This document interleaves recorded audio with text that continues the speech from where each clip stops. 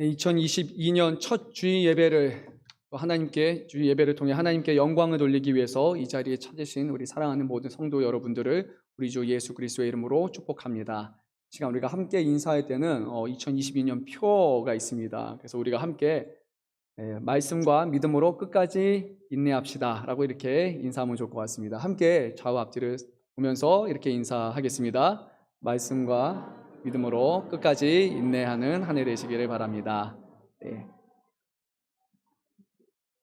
오늘부터 다시 요한복음 말씀을 시작을 합니다. 원래 우리가 마태복음 말씀을 계속해서 나누고 있었는데 새해를 맞이하면서 이런 생각을 준비하면서 이런 생각을 했습니다. 가급적이면 저희 교회가 모든 부서들이 동일한 말씀을 본문으로 그리고 하나님의 은혜를 또 하나님의 말씀을 나누면 좋을 것 같다라는 생각을 하면서 계속 기도를 했습니다. 왜냐하면 부모님은 마태복음, 아이들은 에스더, 그리고 또 누구는 룻기, 막 여러 가지를 서로 다른 것을 우리가 나누다 보면 영적인 교류를 할 수 없을 것 같은 그런 생각이 들었습니다. 그러니까 자녀들과 부모님들이 동일한 말씀으로 동일한 은혜를 나누면 그러면 부모님들이 자녀들을 보면서 물어볼 수 있고 또 함께 말씀을 가지고 또 기도할 수 있고 또 같이 예배를 드릴 수 있기 때문에 그래서 이 모든 부분을 다 통일했으면 좋겠다라는 그 생각을 가지고 그래서 이제 가급적이면 모든 부서가 동일한 본문을 가지고 나누기로 했습니다. 그래서 저희가 매일 성경에서 주어진 그 본문에 따라서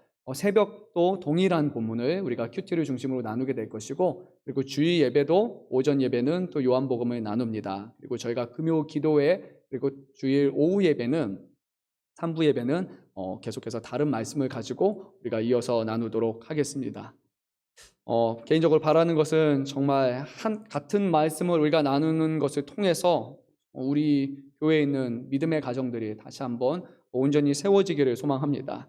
그리고 부모님들이 먼저 큐티를 시작해야 또 자녀들에게 같이 큐티를 하자라고 또 독려할 수 있으니까 그래서 거룩한 부담감을 가지시고 하지만 그것이 우리에게 주신 평생의 사명이기 때문에 기쁨으로 또 우리가 말씀을 보고 우리 자녀들에게 또 말씀을 가르치고 나눌 수 있는 또 그 가운데 우리 2022년 우리 금천 양문교회가 말씀과 믿음 가운데 끝까지 굳건히 세워지는 교회 되기를 간절히 소망합니다.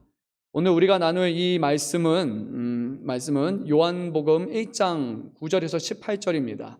그런데 처음 시작하는 말씀 1절부터 18절까지 전체를 통틀어서 요한복음의 서문이라고 그렇게 부릅니다. 이 요한복음 안으로 들어가는 전체 내용으로 들어가는 문이 바로 이 본문이 되는 겁니다. 그래서 이 1절에서 18절까지의 내용은 앞으로 우리가 계속 살펴보게 될 그 요한복음의 전체 내용이 이 안에 다 담겨 있습니다. 태초에 말씀이 계시고 그 말씀 안에 생명이 있으시며 또 생명은 빛이시고 어둠이 생명을 배척하지만 결국 어둠이 빛을 이기지 못하였으니 이 빛은 온 세상에 오신 참된 빛이라. 그러므로 빛으로 오신 예수 그리스도께서 자기 백성에게서 영접을 받지 못하셨으나 그 가운데 영접하는 자는 육이 아니라 하나님께로부터 낳은 바 되었고 이들은 예수님의 영광을 보게 되는데 예수님은 하나님의 살아계신 독생자이시고 예수 그리스도 안에 온전한 진리가 있으며 오직 예수 그리스도를 통해서 하나님이 이 땅 가운데 나타내신 바 되었다라고 오늘 1절부터 18절까지 이렇게 전체 주제를 요약해서 이렇게 말씀하고 있습니다. 그래서 우리가 이 오늘 1절부터 18절 말씀을 익숙하게 본다면 요한복음 말씀을 계속해서 살펴보면서 이 주제가 요한복음 전체에 두루 펼쳐지는 것을 우리는 보게 될 것입니다. 근데 이 내용들을 한 번에 다루기는 쉽지 않습니다. 제가 말씀드린 1절부터 18절까지를 다 말씀드리면 요한복음 전체를 다 설교하는 것과 같기 때문에 그래서 오늘은 이 중에 몇 가지 중심적인 내용들을 우리가 위주로 함께 살펴보면서 하나님의 은혜를 나누고자 합니다. 서문에서 반복되는 내용 중에 하나는 바로 하나님이 우리 가운데 계신다, 우리 가운데 거하신다라는 것입니다.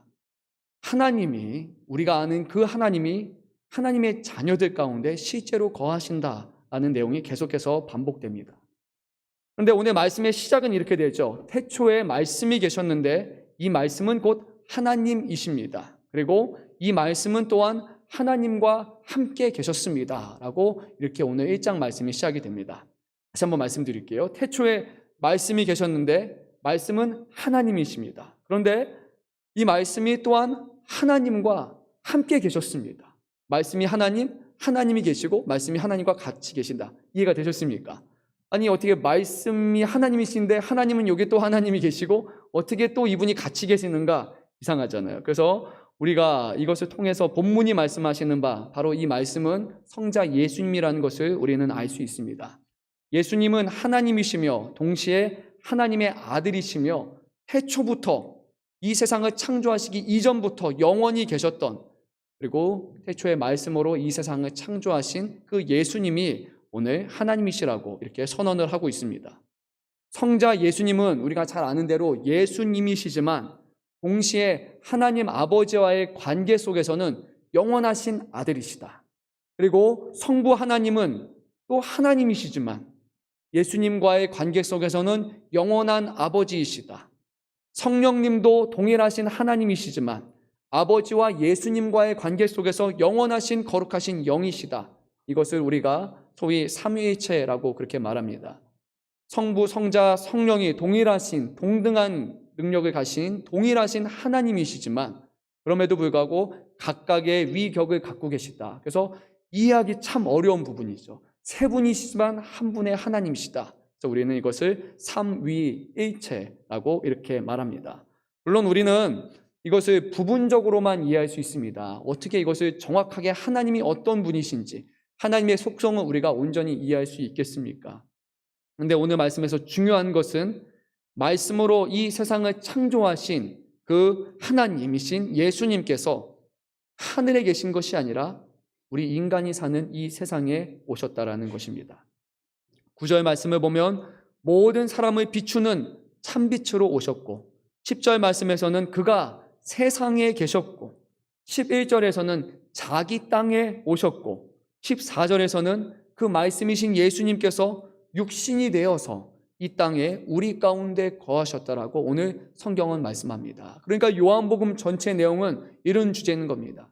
태초부터 계신 그 하나님이 바로 예수님이시고, 그리고 그분이 하늘에 계신 것이 아니라 우리가 살아가는 인간의 세상에 우리와 같은 육신의 몸을 입고 오셨다. 그것이 복음이라는 것입니다. 그리고 그분께서 과연 우리에게 무엇을 행하시느냐, 이것이 요한복음이 담고 있는 내용입니다. 9절에서 11절까지의 말씀을 보면은 공간적인 의미에서 말씀이신 그 예수님께서 자신이 창조하신 그 세상, 창조물이 살아가는 세상에 오신 것을 말씀하고 있습니다. 그런데 14절에서는 한 가지 변화가 더 일어납니다. 그냥 이 땅에 오신 것이 아니라 말씀이 무엇이 됐다고 말씀하고 있습니까? 말씀이 육신되었다고 말씀합니다. 그러니까 그분이 하나님이신 영이신 그분께서 우리와 같은 그런 모습으로 이제 이 땅에 오셨다라는 놀라운 복음을 선포하고 있습니다. 그냥 당연한 것 같지만 우리는 이 땅에 오신 예수님에 대해서 너무나 익숙하기 때문에 예수님은 육신을 입고 오셨어 라고 우리는 너무나 익숙하지만, 그런데 이 안에 있는 내용들은 그렇게 쉬운 내용들도 아니고 그렇게 별거 아닌 내용들이 아닙니다. 오늘 말씀을 잘 보면 우리에게 예수님이 사람이 되셨다라고 말씀하고 있지 않습니다. 예수님이 우리와 같은 육신이 되셨다라고 말씀하고 있습니다. 이 차이를 혹시 아십니까? 예수님은 우리와 같은 사람이 아니라 예수님은 영원하신 하나님이셨는데 그 계시던 하나님이 이제 이 땅에는 우리와 같은 육신을 입고서 오신 것이지 우리와 같이 육신으로 태어난 존재가 아니라는 겁니다. 그런데 하나님이 무엇이 부족하시기에, 하나님이 왜 영원한 속성을 가지시고 전능하신 능력을 가신 그 하나님께서, 말씀으로 이 세상을 창조하신 그 하나님께서 왜 그 모습을 버리시고 우리와 같은 인간의 모습을 가지고 이 땅에 오셨는가? 이것은 너무나 놀라운 사실이라는 겁니다. 우리는 태어날 때부터 영과 육을 가지고 태어납니다. 혹시 영혼만 가지고 밤에 돌아다니시는 분 없으시잖아요. 그렇죠? 영혼과 육신이 이렇게 분리되는 분 아무도 없잖아요. 우리는 분리되면 어떻게 된 거죠? 죽은 겁니다. 네. 몸이 죽거나 기능이 정지가 되거나 아니면 우리의 영과 육이 분리가 되는 순간 우리는 죽었다라고 그렇게 일컫습니다. 그런데 하나님은, 예수님은 어떠셨을까요? 처음부터 육신을 입고 계셨을까요? 아니죠. 원래는 영이시지 않습니까? 하나님은 영이시고 예수님도 영이시고 성령님도 영이시지만 그 영이신 존재께서 우리와 같은 불편한 몸을 입고 이 땅에 오셨다라는 겁니다. 우리에게 나타내시기 위해서, 자기 자신을 우리에게 보이기 위해서, 우리와 함께 거하시기 위해서 영으로 오신 것이 아니라 영께서 우리와 같은 불편한 육신을 입으셨다고 말씀하는 겁니다. 이것은 단순히 예수님이 인간이 되신 것과 다릅니다. 하나님이신 상태로서 이제 하나님은 육신이 되신 것입니다. 원래 예수님은 말씀이시기 때문에 그 말씀의 능력은 이 세상을 창조하시는 능력이셨습니다. 그런데 우리와 함께하기 위해서 그 능력과 그 영광 가운데 거하시는 것이 아니라 이 땅에 우리가 잘 아는 대로 볼품없는 모습으로, 그리고 많은 사람들에게 핍박과 고난을 당하시고 급기야 십자가에 못 박혀 죽으시기까지 그 연약한 모습으로 이 땅에 오셨다라는 겁니다. 하늘 끝에 가장 높으신 분이 이 세상에 인간에게 죽음을 당하는 가장 연약한 모습으로 오신 사건이 바로 이 성육신 사건입니다. 육신을 필요로 하지 않은 그분께서 이제는 영원하신 존재께서, 죽을 수 없는 영원히 사시는 그분께서 우리와 같이 육신과 영혼이 분리되면 죽을 수밖에 없는 존재로 이제 변화되셨다라는 겁니다. 예수님이 십자가에 못 박혔을 때 죽으셨습니까? 계속 살아계셨습니까? 죽으셨습니다. 그리고 우리는 그것을 신앙으로 고백하지 않습니까? 장사된 지 사흘 만에 죽은 자 가운데서 다시 살아나셨다고 말합니다. 다른 말로 하면 예수님은 죽을 수 없는 분이 우리와 같은 육신을 입고 죽임을 당하셨다라는 겁니다. 전혀 죽을 필요가 없으신 그분께서 말입니다. 하나님의 입장에서 육신은 너무 불편한 것입니다. 하나님은 모든 곳에 계실 수 있고 모든 곳에 편재하시고 시공간을 초월하실 수 있는 그런 분이시지만 육신을 입으신 예수님은 어떠셨습니까? 날아다니신 것이 아니라, 순간이동하신 것이 아니라 예수님은 걸어 다니셔야 되고 배를 타셔야 됐고 피곤함을 느끼셨고 식사를 하셔야 됐습니다. 그리고 우리와 같이 그런 생리적인 현상을 겪으셨을 것입니다. 밤에는 주무셔야 됐습니다. 고통을 아셨습니다. 눈물을 흘리기까지 하셨습니다. 무엇보다 죽으실 수 있는 존재가 되셨습니다. 왜 예수님이 그렇게 행하셨을까? 오늘 말씀을 보니까 바로 우리 안에 거하시기 위해서 예수님이 우리와 같이 되셨다라고 성경은 말씀하고 있습니다. 우리는 종종 주위에서 고통당하는 사람들의 안타까운 소식을 듣습니다. 어떤 사고가 당해서 크게 다치거나 또는 어떤 아이들이 학대당하고 또 굶주림을 당하는 그런 아이들이 세상 곳곳에 있다라는 소식을 들으면 너무나 마음이 아픕니다. 어떻게 하면 그 친구들을 도울 수 있을까라는 생각을 해서 성금을 모으고 기금을 모아서 또 도와주기도 합니다. 어떤 분들은 그렇게만 하는 게 아니라 저 아이를 내가 입양해서 정말 내가 내 아이처럼 품고 키워야겠다라고 결심하는 분들도 있을 겁니다. 우리가 뭔가 돕는 그런 위치가 되기 원하고 또 기도하며 살 것입니다. 그런데 우리가 한 가지 할 수 없는 것이 있습니다. 아무리 우리가 그 사람을 안타깝게 여긴다 할지라도 그 사람이 될 수는 없습니다. 그 사람이 갖고 있는 모든 고통을 같이 누릴 수 없고 그 사람을 대신해서 고통을 받고 죽을 수는 없습니다. 대신 그 인생을 살 수도 없습니다. 그런데 예수님은 우리를 불쌍히 여기셔서 우리를 위한 삶을 사셨고 우리를 위해서 죽으시기까지 하신 그 하나님이시라고 오늘 성경은 말씀하고 있습니다. 예수님은 그냥 멀리서 도우시고 후원하시는 그런 후원자 정도가 아니라 내가 너를 그냥 잘 알고 있어. 그래, 내가 이해하고 기억하마 라고 말씀하시는 것이 아니라 내가 너희와 같이 되겠다. 내가 너희와 같은 모든 고난을 같이 겪겠다.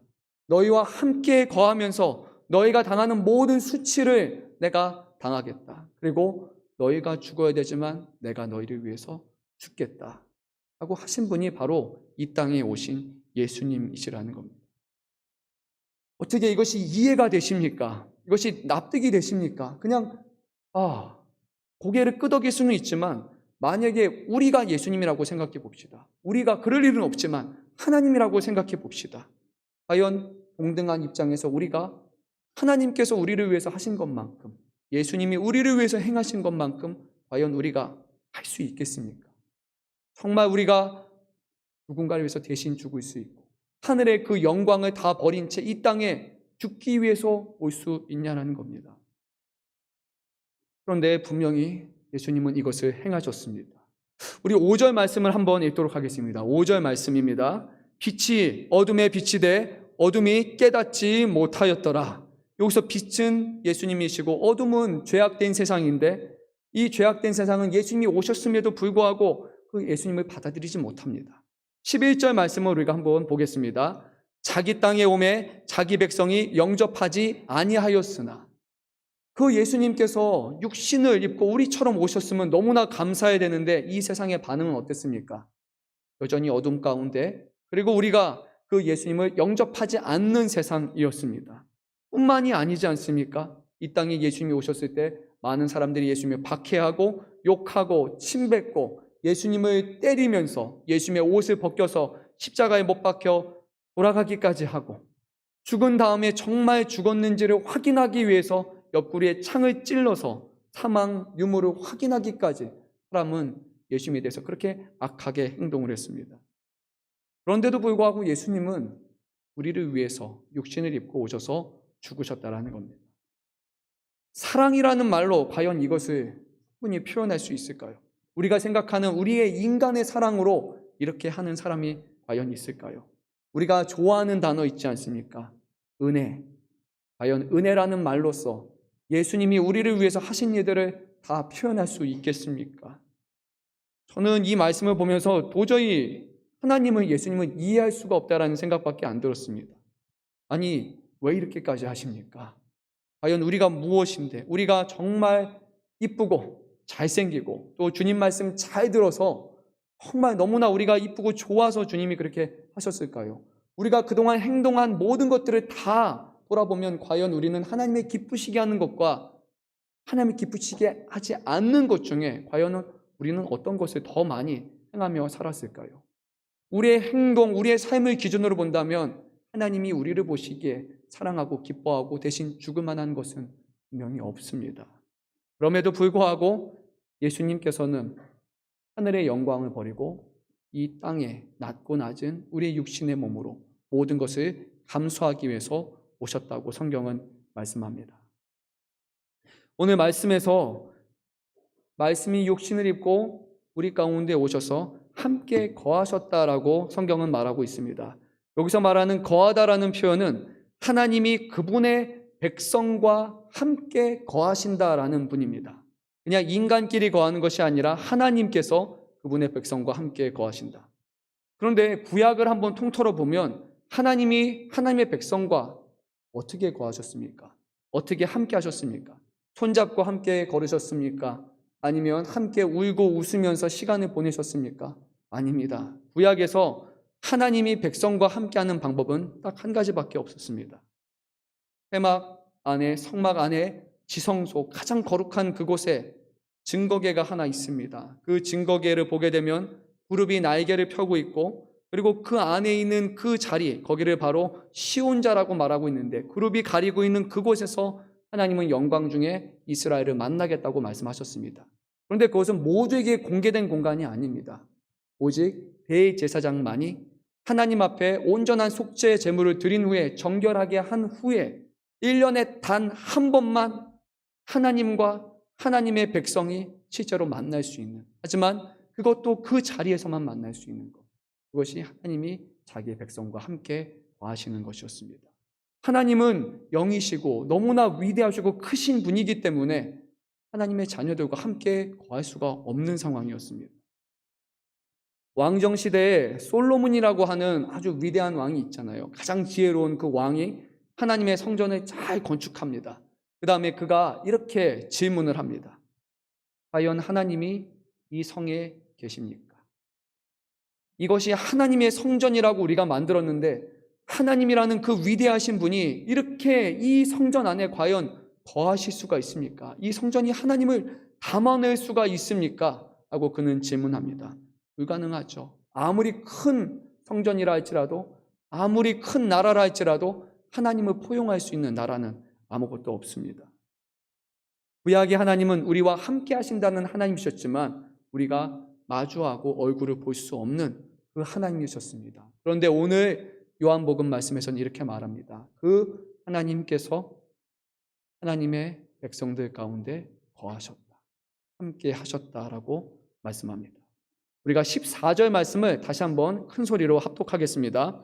말씀이 육신되어 우리 가운데 거하심에 우리가 그의 영광을 보니 아버지의 독생자의 영광이요 은혜와 진리가 충만하더라. 아멘. 이제 예수님을 목격한 사람들은 이 땅에 오신 그 하나님이신 예수님, 그분의 영광을 통해서 정말 우리가 볼 수 없었던, 함께 할 수 없었던 그 하나님의 영광을 이제는 보게 되었다라고 그렇게 말씀하고 있습니다. 그러면 과연 영광이란 무엇일까요? 우리가 좋아하는 표현이죠. 영광. 하나님께 영광을 올려드립니다. 우리가 먹든지 마시든지 무엇을 하든지 주의 영광을 위해서 하라라고 성경이 또 말하고 있습니다. 하나님께 영광의 박수, 영광의 찬양, 영광을 돌립니다라고 우리는 수없이 말을 하지 않습니까? 그럼 과연 영광이 무엇입니까? 영광이라는 것은 우리와 같은 한없이 작은 존재가 하나님이라는 그 높으신 분을 향해서 그분의 어떠한 분이신지를 우리가 보여줄 수 있고 우리가 그분을 만날 수 있고 경험할 수 있는 가장 거룩하고 가장 높은 것, 최대치가 바로 영광일 것입니다.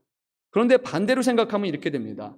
하나님은 우리의 어떤 말로도 다 표현할 수 없는 분이시기 때문에 우리의 어떤 행동과 표현으로도 하나님을 다 우리가 드러낼 수 없는 분이시기 때문에 하나님 편에서 우리의 인간의 영광을 받으신다라는 것은 그분이 높아지시는 것이 아니라 그분이 낮아지시는 것입니다.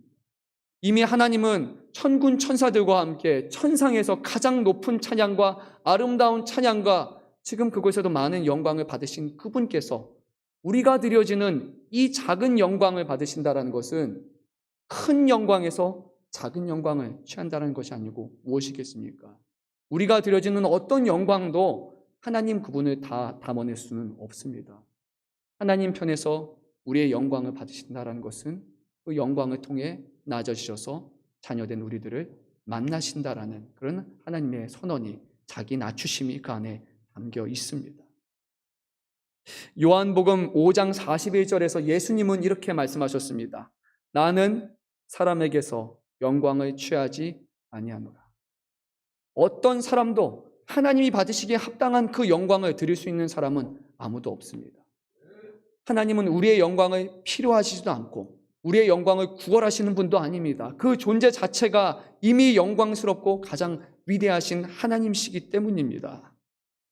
그런데 하나님이 그 영광을 버리시사, 낮추시사 우리에게 오셨다라고 오늘 성경은 말씀하고 있습니다. 이것이 놀라운 은혜가 아니면 무엇입니까?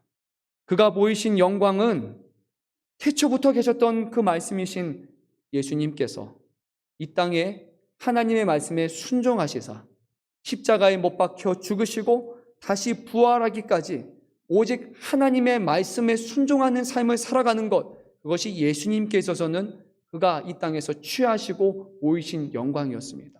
영광은 사람의 증언을 필요로 하는 것이 아니라 영광은 하나님의 아들이 하나님의 말씀에 전적으로 순종하며 사는 삶, 그것이 영광인 것이고, 우리가 하나님의 영광을 돌린다라는 그 표현 안에는 우리가 영광 돌립니다 라고 말해서 영광이 아니라 우리가 하나님의 뜻 가운데 온전히 순종함으로 그분의 말씀에 복종하며 살아가는 것, 그것이 바로 하나님께 드려지는 온전한 영광이 됩니다. 예수님은 이 땅에 육신을 입고 오셔서 하신 모든 삶, 보이신 모든 삶, 전하신 모든 말씀이 다 하나님의 영광을 위해서 사셨던 것입니다. 그것이 그리스도께서 보이신 영광입니다. 그래서 우리가 소위 많이 사용하는 하나님께 영광을 돌립니다. 영광의 박수, 그것을 우리가 나쁘다고 말하는 것은 아닙니다. 이것은 유익한 것입니다. 그런데 더 중요한 것은 우리가 말할 때, 우리가 박수를 치며 하나님의 영광을 찬양할 때 그 안에 하나님을 향한 온전한 순종이 있어야 된다는 겁니다.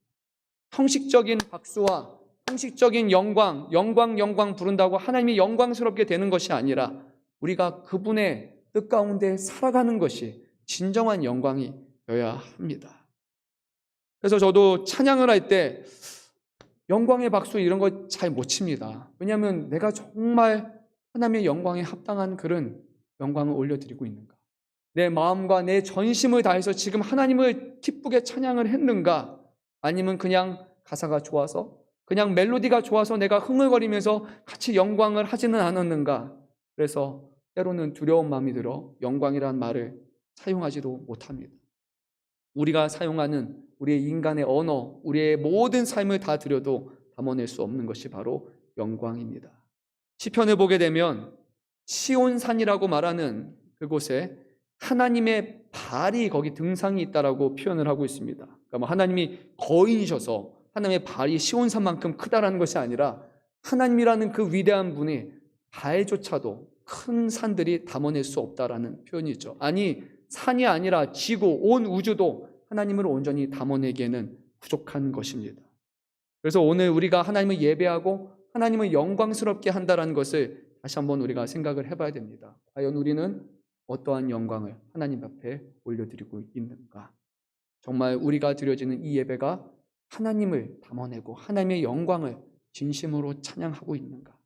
정말 우리가 그렇게 드린다면 하나님이 기뻐하시고 하나님이 그 영광을 우리를 통해서 받으실 것이라는 그 기대를 가지고 우리가 또 두렵고 떨리는 마음으로 하나님을 진심으로 영광드려 할 것입니다. 예수님께서는 자신의 삶을 통해 우리와 같은 육신을 입으시사 그 영광을 보이셨습니다. 오늘 말씀에 은혜와 진리가 충만하더라라는 이 표현이 다른 말로 하면 하나님의 영광을 뜻하는 것입니다. 이 말씀은 원래는 구약성경 출애굽기 34장 6절의 말씀에서 비롯됩니다.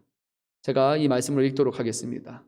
여호와께서 그의 앞으로 지나시며 선포하시되 여호와라 여호와라 자비롭고 은혜롭고 노하기를 더디하고 인자와 진실이 많은 하나님이라. 근데 언제 이 말씀을 하셨냐면 하나님의 백성이 하나님과 언약이 맺어지는 그 순간 금송아지를 만들고 하나님과 바로 맺은 그 언약을 깨었을 때 하나님께서 다시 한번 새로운 언약을 맺어주시는 그 상황에서 이 말씀을 주시는 겁니다. 하나님이 인자와 진실이 많은 하나님이라는 것, 자비롭고 은혜롭고 노하기를 더디하다라는 것은 하나님과 인간이 맺은 생명의 언약이 인간이 깨어버렸음에도 불구하고 하나님의 편에서는 인간을 바로 심판해도 전혀 문제가 없는 그 상황 속에서도 하나님은 세상을 향한 심판이 아니라 그들을 자비로서 다시 살리시고 끝까지 붙드시겠다는 영원한 언약을 맺어주셨습니다. 그것이 바로 진자와 진실이 많은 그 하나님입니다. 인자라는 표현 우리가 많이 들어봤지만 히브리어 중에 우리가 아는 몇 개 아는 표현이 있죠. 헤세드라는 표현이 있습니다. 바로 언약적인 사랑, 신실하신 사랑, 하나님이 우리와 맺으신 그 사랑을 의미합니다. 근데 이 사랑은 우리의 인간의 사랑하고는 좀 많이 다릅니다. 왜냐하면 인간의 사랑은 결국 끝이 있기 때문이죠. 언젠간 때가 되면 이별을 맞이하는 것이 바로 인간의 사랑입니다. 미국의 결혼식장에서 신랑 신부가 서약을 할 때 이렇게 얘기를 합니다. 남자가 이렇게 얘기를 합니다. 죽음이 우리를 갈라놓을 때까지 라는 표현을 쓰며 내가 당신만을 사랑하겠습니다 라고 말합니다. 영원히 사랑하겠습니다 라는 표현을 우리는 쓸 수가 없습니다. 영원히 뭔지 모르는 사람이니까. 그래서 우리는 죽음이 우리를 갈라놓기까지 라는 그 시간을 정해놓고 시한부적인 사랑, 그것이 우리가 할 수 있는 최선의 사랑일 것입니다.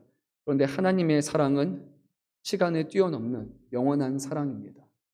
하나님의 사랑은 하늘에 계신 그분께서 영원한 시간을 살아가시는 하나님께서 인간의 시간에 내려오셔서 인간을 만나주시는 그런 위대하신 사랑이시며 그 하나님의 사랑은 죽을 수 없는 하나님께서 우리의 인간을 대신해서 죽으시는 그 사랑이 바로 이 안에 담겨있는 참된 사랑일 것입니다.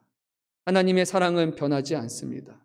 그리고 가만히 기다리는 사랑이 아니라 찾아 헤매는 사랑이며 그 사랑을 이루시기 위해서 하늘의 보좌에서 인간의 육신을 입고 이 땅에 찾아오셔서 우리를 위해서 죽으신 사랑, 그것이 바로 하나님의 영원한 사랑입니다. 하나님의 영광의 두 번째 속성은 바로 진실입니다. 진실이란 하나님이 하신 모든 일들이 다 참되다라는 겁니다. 하나님의 말씀도 참되고 하나님의 행하신 일들도 참되고 그분이 우리에게 보이신 사랑도 참됩니다. 모든 것이 진실하다. 이것은 우리 인간이 사용할 수 없는 언어입니다. 우리는 진실합니까? 아무리 가까운 사람에게도 진실하지 않은 것들이 한두 가지는 있습니다. 우리만 알고 있는 그런 것들이 분명히 우리는 있습니다. 그런데 하나님은 진실하시기 때문에 우리에게 속이는 것이 없으시며 모든 것을 액면 그대로 다 보이시고 말씀하시는 하나님이시라는 겁니다. 또한 하나님은 자신의 진실하심을 바로 예수님의 삶을 통해서 우리에게 나타내셨습니다. 하나님은 우리가 영원한 생명과 죽음의 영역에 이르기까지 그래서 우리가 신뢰할 수 있는 바로 유일하신 분이 바로 우리 하나님이십니다. 우리가 잘 아는 말씀이죠. 출애굽기 33장 18절 말씀을 보게 되면 모세라고 하는 아주 위대한 지도자, 이스라엘 지도자가 하나님께 이렇게 간청을 합니다. 하나님, 주의 영광을 내게 보이소서라고 말합니다. 모세는 정말 하나님과 가까운 사람이었기 때문에, 대면할 수 있는 그런 사람이었기 때문에 하나님의 영광을 내가 정말 보기 원합니다. 하나님의 영광 마주하기 원합니다 라고 합니다. 그런데 하나님께서는 불가능하다고 말씀하셨습니다. 내가 내 얼굴을 보지 못하리니 나를 보고 살 자가 없음이니라 라고 말씀하셨습니다. 하나님의 영광이 우리 인간에게 비춘다면 지금 바로 죽을 것이다 라고 말씀하셨습니다. 이어서 이렇게 말씀하셨습니다. 보라, 내 곁에 한 장소가 있으니 너는 그 반석 위에 서라. 내 영광이 지나갈 때 내가 너를 반석 틈에 주고 내가 지나가도록 손으로 너를 덮었다가 손을 거두리니 내가 내 등을 볼 것이요 얼굴은 보지 못하리라. 하나님과 긴밀한 사람이었던 모세의 요청이 하나님의 영광을 보기 원합니다. 하나님은 영광을 보면 죽을 것이다. 내가 너를 가리겠다. 바위 틈에 가리겠다. 너는 내 얼굴은 보지 못하고 내가 지나간 후에 내 등만을 볼 수 있을 것이다 말씀하신 겁니다. 하나님의 영광을 우리는 볼 수 없다라는 겁니다. 그런데 오늘 이 땅에 오신 예수님은 무엇이라고 말씀하십니까? 하나님의 영광이 예수 그리스도를 통해 이 땅에 나타나신 바 되었다라고 말씀하셨습니다. 하나님의 영광을 보고 싶다라는 그 요청 앞에 하나님은 자기 자신을 낮추시사 우리가 죽지 않고 하나님을 마주할 수 있도록, 하나님을 볼 수 있도록 하나님께서 우리와 같은 사람이 되셨다라고. 그래서 너희가 나의 영광을 봐라. 나를 통해서 하나님의 영광을 보라 라고 땅에 예수님을 보내셨다라고 말씀하신 것입니다. 도저히 이해할 수 없는 그런 사랑으로 주님은 우리에게 다가오셨습니다. 하나님의 언약적인 사랑, 구약에서는 모세의 율법을 통해서 하나님이 지켜야 될 법이 있다라고 말씀하셨습니다. 하나님의 사랑을 하시지만 하나님의 자녀들은 동일하게 하나님의 말씀을 듣고 살아야 했습니다. 하나님은 진실하시고 신실한 사랑의 반응으로서 하나님의 자녀들은 그 말씀에 반드시 순종하며 많은 율법의 조항들을 지키며 살아야 됐습니다. 그런데 문제가 있었습니다. 사람들이 그것을 지키기 싫은 겁니다. 사람들은 사랑을 받고만 싶어 할 뿐, 하나님의 은혜만 받고 싶어 할 뿐, 하나님의 그 사랑의 순종으로 반응하지 않았습니다. 만약에 저와 여러분이라고 생각해 보십시오. 내가 목숨을 걸고 너희를 끝까지 사랑하고 모든 것을 다 주겠다.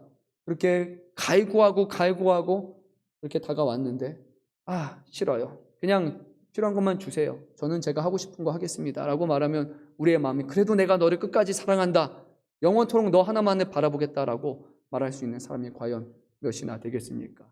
1년, 2년, 1000년, 2000년 끝까지 나를 미워하고 내 앞에서 우상을 세우며 거짓신을 섬기는 사람 앞에서 그래도 나는 너만 바라보겠다고 말할 수 있는 사람이 과연 누가 있냐라는 겁니다. 우리는 불가능하지 않습니까? 그런데 하나님은 바로 끝까지 돌이키지 않는 사람을 위해서, 그들의 마음을 돌이키기 위해서, 그들을 끝까지 품기 위해서 하늘에서 이 땅에 육신을 입고 내려오셨다라고 오늘 성경은 말씀하고 있습니다.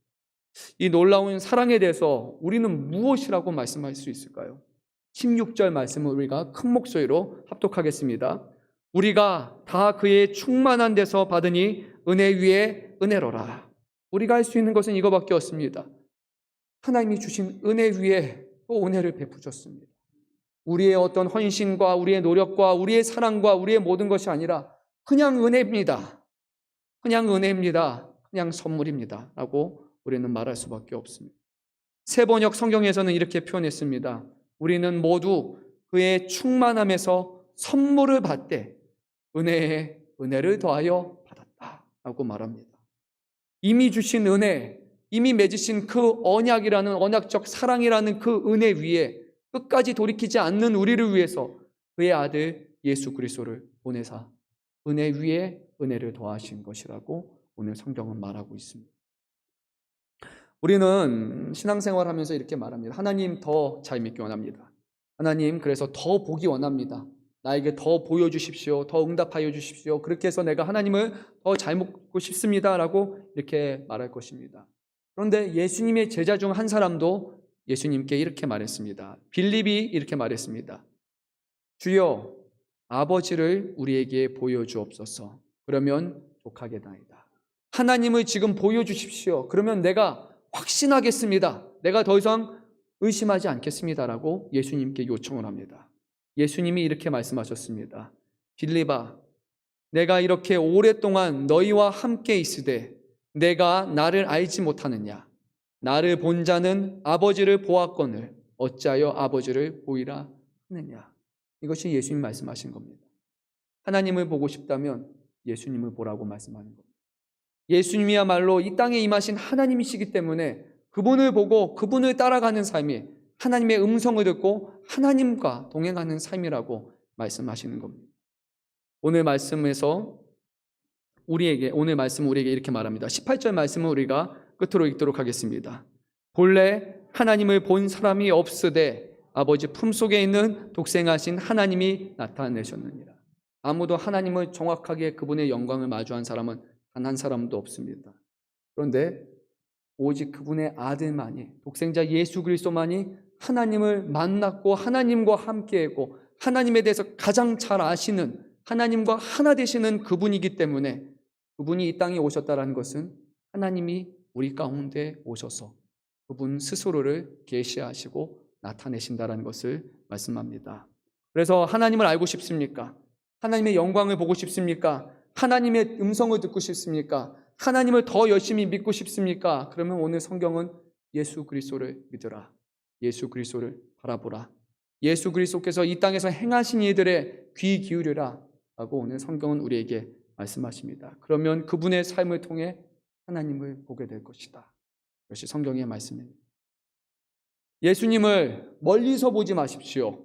가까이 와서 보십시오. 예수님은 우리와 가까이 하시기 위해서, 우리와의 간격 거리를 좁히기 위해서 하늘에서 땅으로 내려오셨습니다.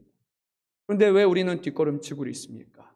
이 땅으로 오신 그분 앞에 다가가지 못하고 더 그분을 보기 위해서 애쓰기는커녕 주저하고 머뭇거리며 오히려 함께하기 싫다고 말하고 있지는 않습니까? 우리는 얼마나 날마다 예수님께 다가가고 있습니까? 주님은 지금도 우리를 부르십니다. 나와 함께하자라고 말씀하십니다. 그것을 위해서 내가 이 땅에 너희를 위해 죽으러 왔다라고 오늘 우리에게 말씀하십니다. 오늘 우리의 마음을 다하여서 예수님 앞에 한 걸음 한 걸음 더 다가갈 수 있기를 바랍니다. 그분의 손을 꼭 붙잡고 그분의 말씀과 그분의 삶을 되새겨 보면서 주님이 우리 안에 거하시는 그런 삶을 살아갈 수 있기를 간절히 소망합니다. 하나님의 영광을 보는 삶으로, 그러면 은혜 위에 은혜가 충만한 삶으로 주님께서는 우리의 삶을 이끌어 주실 줄 믿습니다. 2022년 새해를 시작하면서 오늘 이 말씀을 나누면서 계속해서 우리가 요한복음 말씀을 나누면서 우리에게 오신 그분이 누구신지를 우리가 듣고 깨닫고 그분이 우리와 함께 하심을 믿으며 그분을 통해 그분과 동행하는 그런 은혜로운 삶을 살아가는 우리 모두가 되시기를 간절히 소망합니다. 함께 기도드립니다.